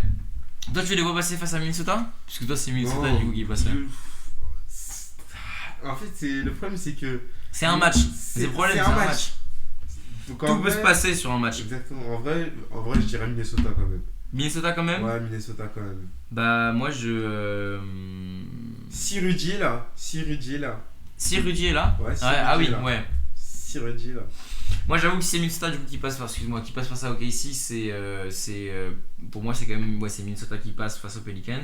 Face aux OKC ils ont leur chance je pense. Ouais, je pense aussi. Pelicans ont la chance face aux OKC. Ouais, Donc c'est vrai. bon on va s'accorder sur Minnesota quand même de manière générale. Donc en gros ça nous ferait un premier tour avec Denver, Minnesota, Suns, Clippers, Kings, Warriors et Memphis Lakers. En vrai, c'est des vraies affiches aussi de l'autre Ah là côté. Hein. putain mec. C'est des vraies C'est des vraies affiches, hein. mais déjà il y en a plusieurs qu'on peut régler assez rapidement. Denver, Minnesota, Denver tous les jours. Ils sont forts. En plus, Jamal Murray. Ouais, c'est. Ouais, je sais peut-être pas un sweep, mais Jamal Non. Murray il est trop fort aussi, mec. Il est revenu, il met des cartons, il est très très fort. Mais moi, tu sais, j'aime je me beaucoup dis quoi, le je joueur. me J'aime pas dis- trop le joueur, mais il est fort. S'il ne se serait pas blessé, qu'est-ce qu'il aurait fait? Parce qu'avant qu'il se blesse pendant le Covid, Mm. il était en vendetta aussi. Ouais, non. Face à il était n'importe fort. qui, il était là pour tuer. Ah, il prouvait que il fallait pas le prendre pour c'était un con, choquant. C'était pas un petit, ouais, non. Il postait sur la tête à LeBron. Non, il est super polyvalent. C'est Et ça. puis bon, il a pas besoin de meneur vu qu'il a Jokic Et là dans en son plus, équipe. il a tous les joueurs à côté. Franchement, eux aussi, les Nuggets, ils ont fait vraiment une grosse équipe sur le pivot. Le Jokic, incroyable. Il peut être à la passe, au tir. Hyper polyvalent, ouais. Contesté. Bon, ce type est trop fort aussi. Il y a Aaron Gordon, le chien, tu lui lances la balle, il va te la chercher jusqu'à perpète. Ouais. En Pour plus, finir ça finira tout ça, 3 points en plus. Et je crois que c'est tous les jours quand même maintenant, les éléphants ils commencent à tenter de tirer un peu, ça améliore petit à petit. Bon, il est pas fiable de ouf après. Ouais, mais ça va, Ouais, quand même. ça Ça va. va, c'est correct. Ça va, en tout cas, c'est le bon chien de garde ailier fort là, Ouais, qui se la clairement. donne à l'intérieur. Clairement. Euh, Et puis ils ont Michael Porter Jr. aussi. exactement, Michael Porter Junior, le très bon, Faut pas très bon soldat dans le coin, qui met ses shoots, qui pourra défendre est aussi. assez polyvalent, défense, attaque, il est bon partout. Je pense que c'est une vraie équipe. Hein. Moi je vois 4-1. 4-1, que ce soit Pelicans. Ouais, je ou vois pas comment Minnesota pourrait faire quelque chose, j'ai envie de te dire. Je sais même pas où il pourrait faire quelque chose. Edouard, quand il s'y met tout seul, il pourra mettre ses 30, Ouais, mais ils 40 ont points, quoi lui mais envoyer. c'est tout. Ils ont quoi envoyer des défenseurs dessus, donc ça sert à rien. Ouais, c'est mort. Et après le reste compliqué quoi. C'est mort, ouais, ils vont se faire. Ensuite donc c'est Suns Clippers. Alors Suns Clippers, mec franchement j'espère que KD sera en forme pour les playoffs. Parce que mec ça promet, t'imagines sur le même terrain on aura D-Book, CP3, KD, Kawhi, Paul George. Incroyable. Et Westbrook. Il oublie tout le temps Westbrook quand même. Hein. Donc je crois que tu l'aimes Je pas. crois que tu l'aimes. T'as une Non, dent contre lui. t'inquiète. Oui. Non, J'adore mais Westbrook. L'être humain je l'adore. C'est un bon gars, il est fun.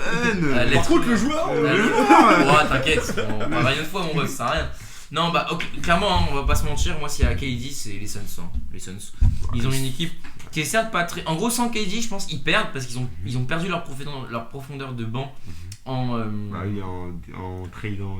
Exactement, Bridges, en tradant Cameron Johnson, Ouais. Michael Bridges. Et donc, du coup, voilà. Par contre, si t'as KD, tu passes, hein, je pense. Après, attention à Kawhi. En fait, mec, franchement, c'est une des séries que je pourrais moins prédire. Parce qu'en fait, t'as Kawhi et Paul George quand même en face. Et Kawhi, mec, au bout d'un moment. La dernière fois qu'on l'avait en playoff, il a fait pleurer Embiid. Hein. Et ouais. Donc c'est pas. Tu t'as réalisé, c'était moi qui rappelait des mauvais souvenirs.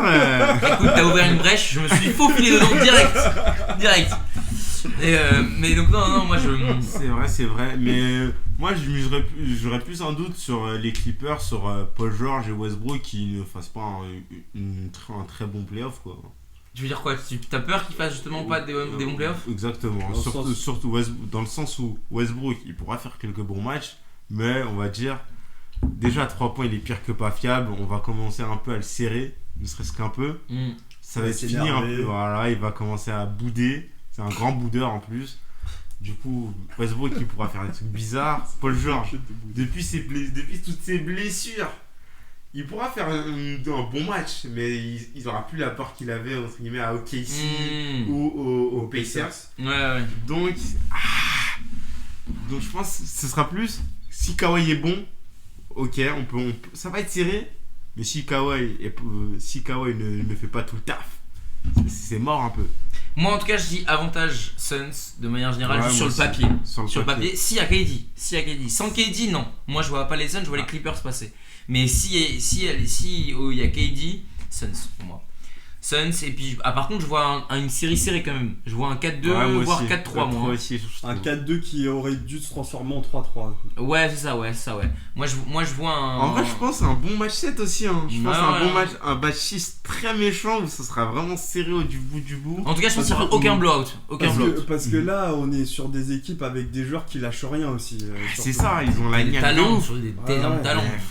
D'énormes talents. Et toujours la rivalité Westbrook-KD. En plus. En plus, c'est vrai que Westbrook il voudra prouver que voilà, même si là, Lakers c'était pas ouf, Rockets pareil. Là, face à la personne qui l'a niqué entre guillemets, je vais te dire, sa némésis. Exactement. Non, moi je vois les Suns passer avec KD du coup.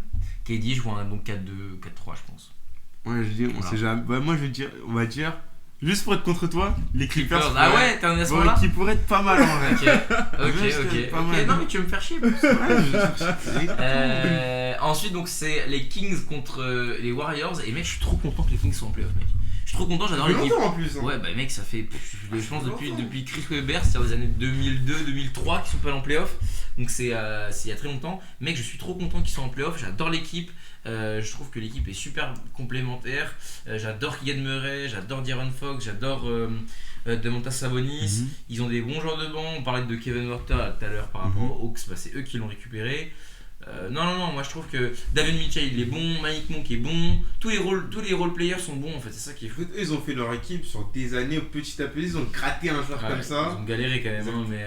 En vrai, faut dire que. Je dis ça, j'étais fan d'eux avant. Ah ouais? Ah bah ouais. C'est la folie ça, ils étaient trop nuls. Et c'était trop nul, frère. Non, mais vraiment, moi j'aimais beaucoup des Marcus Cousins.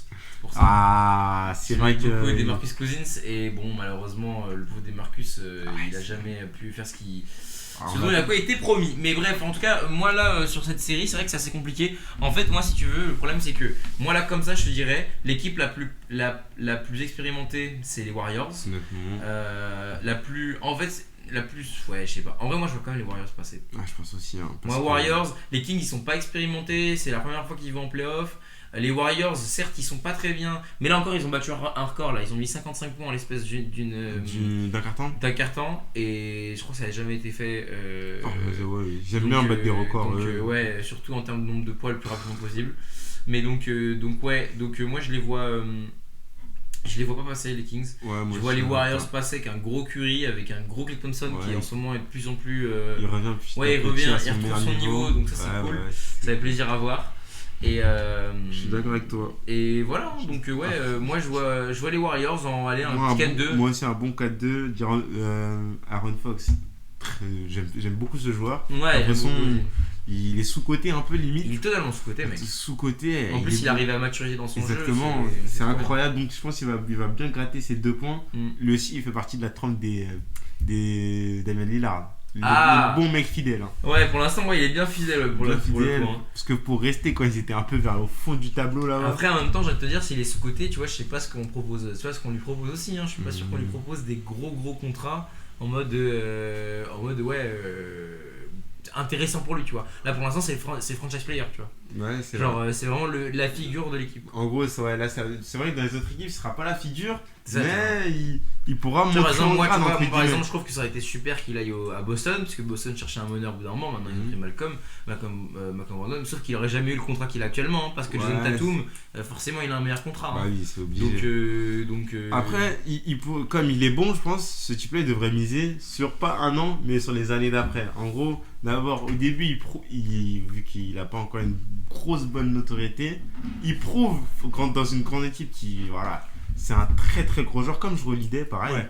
Il montre qu'il est très très chaud, et les années d'après, là, il renégocie son contrat. bah ouais, mais après, bon, Parce qu'il aura envie, ça, je suis pas sûr. Hein. Écoute, après, l'attente, il est resté pendant les années de disette. Pourquoi il se barrerait maintenant oui, alors maintenant que l'équipe que elle fonctionne Je veux dire, ça s'est construit autour de lui. et qu'il a les clés de l'équipe, il a les clés de l'équipe dans la main, donc tant mieux. Ouais, c'est vrai. Mais Donc, ouais, Warriors, en vrai. 4-2 Warriors. 4-2 Ouais, Warriors. Warriors. Ensuite, Lakers, Memphis. Et mec, ça me déchire le cœur. Parce que là, il y a les deux équipes que je veux voir le plus aller le plus loin possible à l'ouest.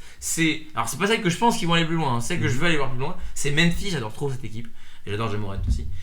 Moi, c'est surtout Jamal. Ouais, j'aime beaucoup Ja Morant. Et puis, bon, pour le storytelling, j'adorerais que les Lakers aient en finale, tu vois. Pour le storytelling, pour la LeBron Legacy, ce serait incroyable. Mec, je sais pas quoi dire de cette série, mec. Moi, je pense Memphis. Hein. Memphis? Ah ouais, tu vois Moi, Memphis je vois passer? Memphis, hein. Tu vois Memphis En fait, là, battre. Tu vois, l'histoire là de Jamal, je te jure, c'est tiré d'un film. Je te jure, tiré De d'un quoi, film. avec son gun là? Avec son gun, il est suspendu, tout ça, j'ai l'impression que c'est limite on repart dans les Lakers d'avant. Ils ont des soucis internes, mais au final, sur le terrain, ils en ont rien à foutre, ils sont là pour abattre. Sachant que sur le terrain, ouais, Ja Morant, on connaît. Quand il veut s'y mettre, il veut poster, il est fâché, il veut abattre. Mais encore une fois, Abattre regarde, l'ennemi. qui va défendre sur LeBron? Qui va défendre sur LeBron? Dylan Brooks? Ah, je le vois, il est un peu sous-dimensionné quand même pour défendre sur LeBron. Ouais, il est un peu sous-dimensionné, mais après, je pense qu'ils peuvent défendre à plusieurs sur lui. Parce qu'en soi, ils ont pas les 5 joueurs à défendre vraiment comme des malades. Bah, quand même, mec, t'as Anthony Davis aussi. Donc ça veut dire que Jaren Jackson Jr., il sera au fou. Moi, je Il pense sera que bien Davis, occupé déjà. je pense que Davis va être blessé. sera blessé. Moi, je pense honnêtement, il sera blessé. Bah écoute, si il est blessé, mais on va pas partir sur ce concept là parce que sinon c'est trop compliqué. Mais dans le cas où Anthony Davis est blessé, c'est vrai que je donnerais l'avantage à Memphis. Mais n'étant pas Même blessé, sans mec. toute l'année, je pense on peut voir les matchs qu'ils ont eu, les affrontements qu'ils ont eu. À chaque fois, je pense que Memphis ils étaient au-dessus. Hein. Je les trouve. Ils sont trop bien, ils ont bien construit, bien ficelé, ils ont bien des bonnes tactiques. Et Ouais. autour de Ja Morant qui ont monté ce ressort comme d'hab quoi. Non, après, moi comme très je te dis, méchant. genre. Après les Browns, ça peut être très méchant aussi, ça c'est. Ça, je sais Moi, pas quoi je dis dire. Memphis. Rien que pour la saison où là la forme. Mec, comment au ça complet, prend. je vois les Lakers. Mec. Si les Ah Lakers ouais sont complets, mec, moi je vois les Lakers. Ah ouais bah. Ouais, en fait, l'expérience et LeBron, mec. LeBron, je pense, le mec, il C'est sait, vrai, il là, a sa legacy entre il les est en train mains. de montrer. Là, gros, il ferait Ah, là, fermer il est en des gueules. Il ferait fermer des gueules en regagnant un titre, là, vraiment. Hein. Il ferait fermer des gueules de ouf. Et s'il joue en plus avec son fils. Ça, c'est juste pour la legacy que tu vas te dire ça. Ouais, mais en fait, c'est pourquoi je dis ça parce qu'en fait, ça joue dans la tête de LeBron. Ça joue. Ouais, ça joue. Ça joue dans la tête de LeBron. Et c'est pour ça qu'il a gagné, je pense, ce titre en 2016 avec Cleveland. Mhm. C'est parce qu'il s'est dit merde, pas je dois possible, gagner, là, je dois c'est- gagner. J'ai une bête d'équipe. Je vais et perdre tout, machin. 5 fois de suite, Ouais, 3 fois de c'est ça. suite d'affilée contre. Non, Ouais, c'est vrai. donc moi je vois. Moi, je pense lui-même, il s'attend même pas à être en finale. De quoi, LeBron? Il s'attend à faire des gros matchs, ça c'est certain. Mais je pense que lui-même sait qu'il va pas la gagner quoi. La finale. Ouais. Ah, tout La dépend contre finale, qui tombe, hein. même contre Memphis, en plus par la suite, il y aura soit les Warriors, mais on met sur Alors, les attends, Warriors. on va voir. Donc du coup, toi, Ouais. tu dis Memphis, toi? Ouais, moi je dis Memphis. Ouais, Ok, je dis bah alors Memphis. moi je dis Lakers. Moi je dis Lakers en 4-2, moi, je pense. 4-2. Moi je dis Memphis en 4-2, 4-3. Putain, c'est. C'est un- Ok. 4-3, Donc, là. alors, première demi-finale, ça serait donc Denver, soit Suns, soit les Suns. Clippers. On va prendre le favori, on va dire les Suns vu qu'il y aura donc KD. Denver Suns, et ensuite ce sera donc Kings et. Pardon, pas Kings, Warriors Warriors. contre soit Memphis, soit Lakers. On va prendre les deux cas. Ouais. On va prendre les deux. Voilà, d'un coup, Ah, t'as vu, Ouais, dans le monde parallèle, C'est ce ça, sont les exactement. Lakers qui passent. Exactement. Qu'est-ce qui se passe contre Qu'est-ce Golden qui se State? passe contre Golden State? Mec, moi Oh, franchement, moi je pense que c'est compliqué à dire. Bah, je pense qu'encore une fois, Golden State n'aura peut-être pas les armes pour défendre sur le côté le secteur intérieur des Lakers. Et je comprends LeBron James avec. Mais. Ils vont débiter plus de points, je pense, les Warriors. Ils ont quand même récupéré des shooters, les Lakers. Malheureusement, j'ai pas vu assez de matchs de la Ouais, mais ces derniers temps. Donc j'ai pas vu comment ils tournaient bien. L'équipe des Warriors est plus basée sur la défense extérieure quand même. Oui, c'est vrai, mais alors défense extérieure, mais sauf que t'as LeBron qui en soi, ok, il est bon à l'extérieur, mais c'est un monstre à l'intérieur et il jouera là-dessus. Anthony Davis, il s'est rapproché du texte, il est un peu plus près du panier, donc moi je trouve que concrètement, moi je dirais Lakers, mec. Moi je dis que les Warriors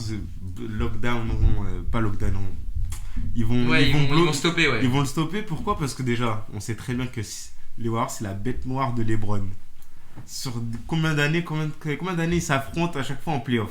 Ça némésis. Mais ils s'affrontent en finale à chaque fois, pas pendant les tours de playoff, tu vois. C'est vrai, mais ils ont l'astuce pour bloquer LeBron, ou pas le bloquer ou le limiter pour qu'il mette le moins de points possible.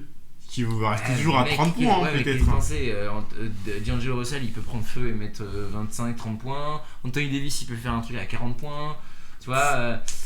C'est vrai, mais. Moi, je vois les Lakers. En fait, je vais pas te mentir, jusqu'au moment où ils vont affronter les Suns, je vais tirer les Lakers, frère. Donc, je vais être honnête. Donc, moi, je vois les Lakers 4-2.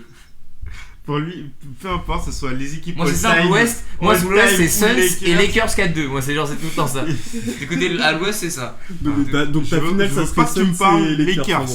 Parle-moi que les Lakers si vous gagnez. Non, j'aimerais trop. En vrai, si on veut aller plus loin et pour regarder un peu plus faire une étude d'ensemble, moi je vois les Suns battre les Denver et moi je vois en finale Suns Lakers. Et Lakers gagner. Non, je vois les Suns passer par contre. Là, avec KD, je pense pas. Je pense ils seront trop courts. Le problème, c'est que KD, quand il s'y met, c'est un peu. Et puis en plus, regarde, ils ont tout. Ils ont l'organisateur de jeu, ils ont les défenseurs et ils ont aussi le secteur intérieur. Et ils ont DeAndre intérieur et les mecs qui peuvent tirer à l'extérieur aussi. Donc si tu veux, ils ont aucun défaut. Les Suns, ils ont aucun défaut. Ils ont que des points forts pratiquement. Le seul défaut qu'ils ont, c'est la profondeur de banc. Mais en playoff, tu sais très bien que la profondeur de banc. Les joueurs de 30-40 minutes. Ça dépend. Des fois, c'est pas mal. Mais quand t'as KD, en général, t'as pas besoin de profondeur de banc. Bref. Donc moi je vois une finale à l'ouest, Suns Lakers. Tu penses pas que quand les Warriors s'y mettent, ils vont Curry et Klay Thompson En fait, moi tout va dépendre de comment ils vont entamer leur playoff. Parce que tu vois, on regarde l'année dernière, à chaque fois ils gagnaient, mais on avait l'impression qu'ils avaient encore une marge de progression, tu vois.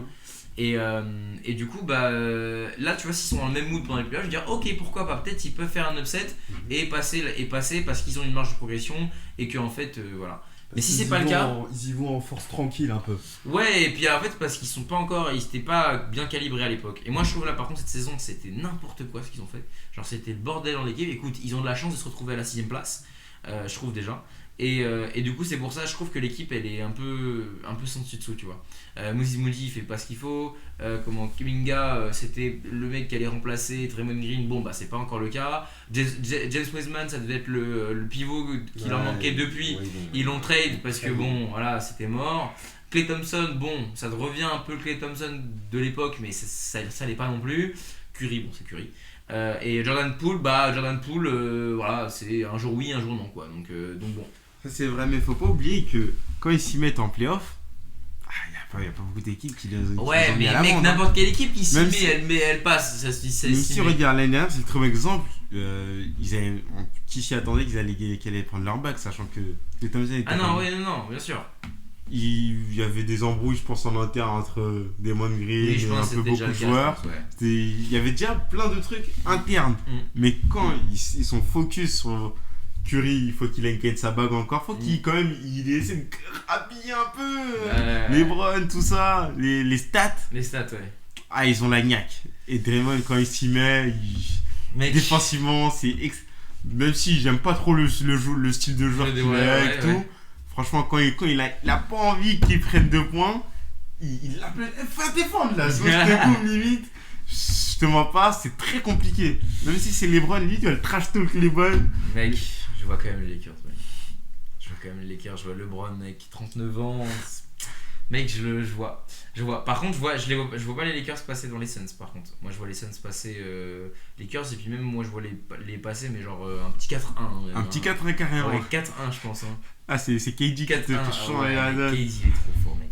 Bref, mais Donc voilà, moi personnellement, si on veut faire donc un résumé, finale de l'Ouest, perso c'est Suns Lakers avec une victoire des Suns, un truc 4-1 ou 4-2. De à l'Est, c'est donc Sixers contre Bucks avec victoire des Sixers 4-2 ou 4-3.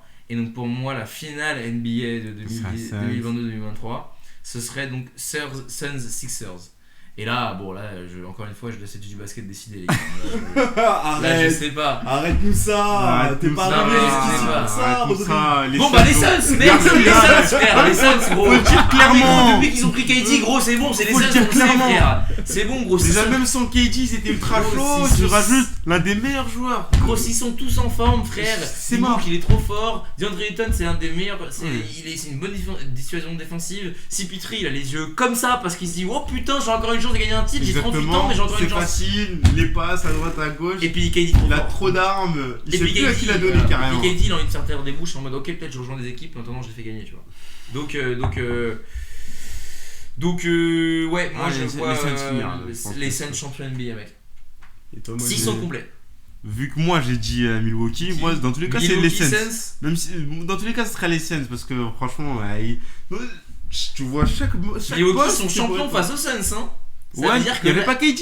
Ouais, il y a pas KD. KD, il est ingardable. Il est ingardable défensivement. Il est trop fort. C'est Voldemort quoi. Franchement, Thanos. Je te jure. Thanos, mais en skinny. Version skinny. Skinny Thanos. Tu sais pas quoi faire du ballon. Tu dis.